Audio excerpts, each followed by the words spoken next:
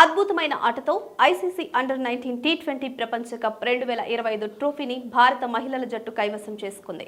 మలేషియాలో జరుగుతున్న ఈ మెగా టోర్నీ ఫైనల్లో టీమిండియా మహిళల జట్టు సౌత్ ఆఫ్రికా మహిళల జట్టుతో తలపడింది.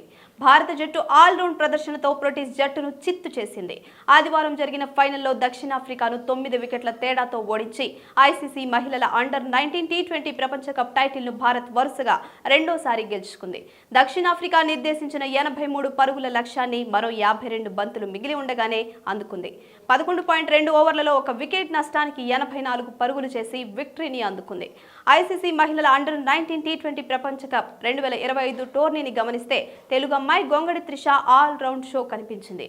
బ్యాటింగ్ బౌలింగ్ లో దుమ్ము రేపి ప్రదర్శనతో గొంగడి త్రిష భారత్ ను ఛాంపియన్ గా నిలబెట్టింది. భారత్ జట్టు ఛాంపియన్ గా నిలవడంతో మన తెలుగు అమ్మాయి గొంగడి త్రిష పోషించిన పాత్ర గురించి ఎంత చెప్పుకున్నా తక్కువే. ఈ టోర్నీ ఆరంభం నుంచి బ్యాట్ బాల్ తో అద్భుతమైన ఇన్నింగ్స్ లను ఆడింది. ఫైనల్ మ్యాచ్ లో గొంగడి త్రిష 33 బంతుల్లో అజేయంగా 44 పరుగులు చేసి భారత జట్టు టాప్ స్కోరర్ గా నిలిచింది. అంతకుముందు త్రిష బౌలింగ్ లో కేవలం 15 పరుగులు ఇచ్చి 3 వికెట్లు పడగొట్టారు. టోర్నీ మొత్తంగా తిరుగులేని ప్రదర్శనలు చేసిన గొంగడి త్రిష ఈ ఐసీసీ టోర్నీలో 7 మ్యాచ్లను ఆడిన మొత్తంగా 309 పరుగులు 7 వికెట్లు తీసుకున్నారు. ఆల్రౌండ్ ప్రదర్శనతో ఈ ఐసీసీ టోర్నమెంట్ లో Gongadi Trisha player of the tourney అవార్డును గెలుచుకున్నారు.